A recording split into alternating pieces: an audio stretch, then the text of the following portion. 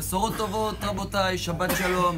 28 Nissan aujourd'hui, 28 en hébreu, c'est Kohar, c'est de la force. Et on en a besoin nous tous pour, après qu'on a traversé la journée d'hier, on a compris ce qu'on a traversé il y a plus que 70 ans, on comprend où on est aujourd'hui. Et ce qu'il faut retirer de la paracha de cette semaine, en tous les cas ce qu'on va lire en Israël, dehors d'Israël, ils vont le lire la semaine prochaine, il y a quelque chose qui n'existe pas aujourd'hui, qui s'appelle la lèpre de l'époque, en tous les cas c'est pas la même d'aujourd'hui.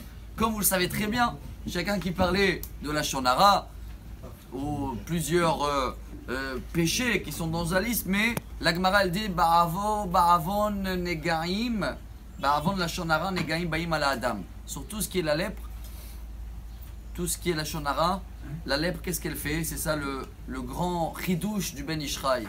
Il faut tout se raser. Enlever tous les cheveux qui existent sur le corps. Pour quelle raison? Même les gabottes, je ne sais pas comment dire en français, les sourcils, tout. Pourquoi?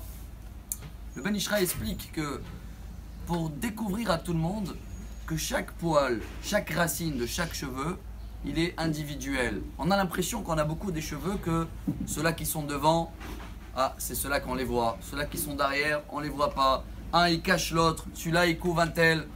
Et justement, le Chafetz Chaim raconte qu'une fois, il y a quelqu'un qui a perdu son cheval. Il est venu en pleurant.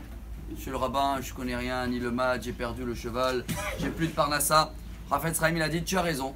Il faut que tu pleures, justement. Il faut que tu pleures, pas parce que ton cheval, il est mort. Il faut que tu pleures parce que tu crois que c'est le cheval qui te nourrit.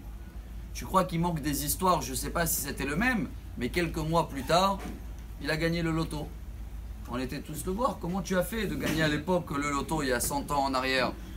Il a dit c'est simple, j'ai rêvé les chiffres, j'ai rêvé la nuit 3, 7, 14. On a dit d'accord, mais à l'époque il n'y avait que 2 chiffres. Comment tu as pu rassembler tous les chiffres? Il a dit bah c'est simple, j'ai fait 3 plus 7 plus 14 et tout, et j'ai donné le chiffre et j'ai gagné. Les gens ils ont calculé les chiffres qu'il a donnés. Mais ils ont dit, mais attends, tu sais pas le maths, c'est pas du tout le même chiffre. Il a dit, heureusement, je connais pas le mathématique, sinon j'aurais pas gagné. Qu'est-ce qu'on apprend de là, de la paracha de cette semaine, chers amis? Tout ce qui est la lèpre, ces problèmes, c'est pour comprendre que tout vient d'Hachem. La Gemara dit, même si on a 2 cheveux, 2 poils qui sortent de la même racine, l'homme devient aveugle. Et ça n'existe jamais, tellement Akadosh Baruch Hu calcule que chaque poil est nourri. Chaque personne de nous, il a son travail, il a sa parnassa. Donc, il ne faut pas qu'on parle sur un tel et l'autre il m'a fait tout ça, ça montre qu'on manque de foi. Pour cela, Rabotai, chacun de nous prend de la force, se reforce en ce moment pendant l'époque du Homer.